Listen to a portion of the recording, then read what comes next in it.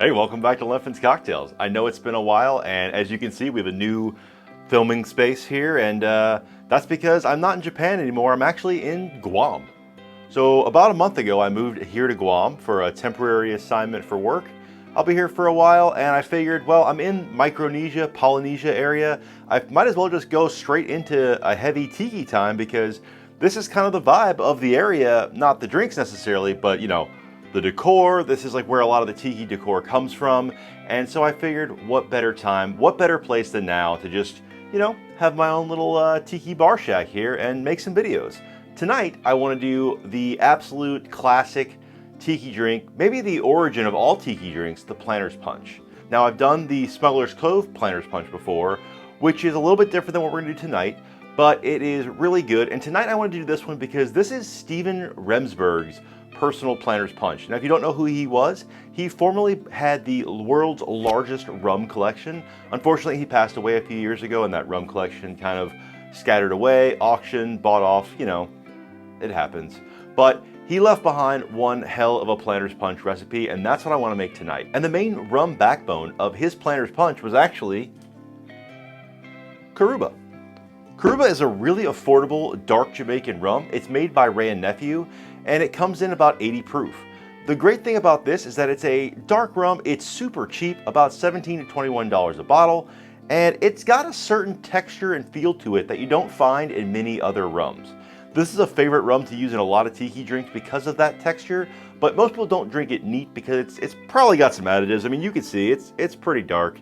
It's definitely it's like the definition of a dark rum if you want to classify it as that. But it is the basis of this drink and it really works out well. And then we're just going to use some Angostura Bitters. And those are the main spirit background. And then we're going to use some fresh squeezed lime juice and some demerara syrup. We're going to build this straight into our glass. So let's get our chilled glass and start our build. All right, we're going to start with 3 to 4 dashes of Angostura Bitters. I'm going to go with 4. 3/4 of an ounce of our demerara syrup.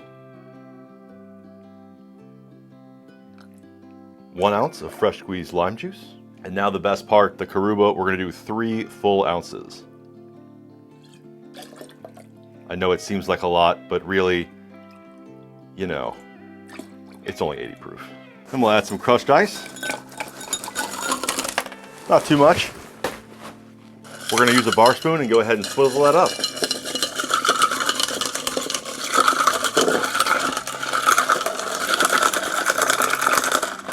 While it's still in there, I'm going to add some more ice.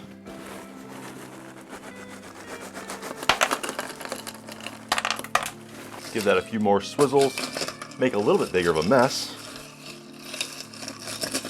And we're going to garnish that with some fresh mint from my mint plant. Put that in there, add in our straw.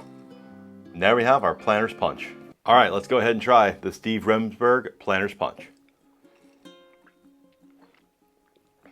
Oh, I do love this drink. I've had it a million times before, I feel like, and it's no wonder he found it to be the perfect Planter's Punch. I'm sure he went through hundreds of bottles and variations to find this perfect recipe, and he nailed it. It's got all the spice and rich flavor that you'd want.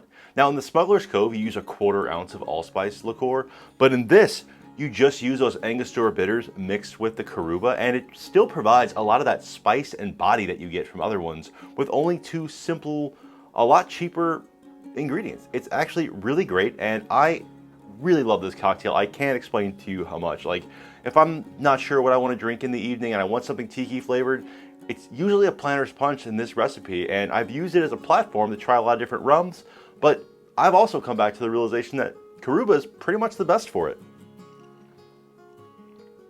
Now, one great thing about this is that this, like I said before, this template is the template for a lot of original tiki cocktails, which now that I'm in this new environment and new place, I plan to dig into a lot of those. So if you like the video, please like and subscribe, and cheers. Stay tuned for more great tropical and Lemphan's cocktails.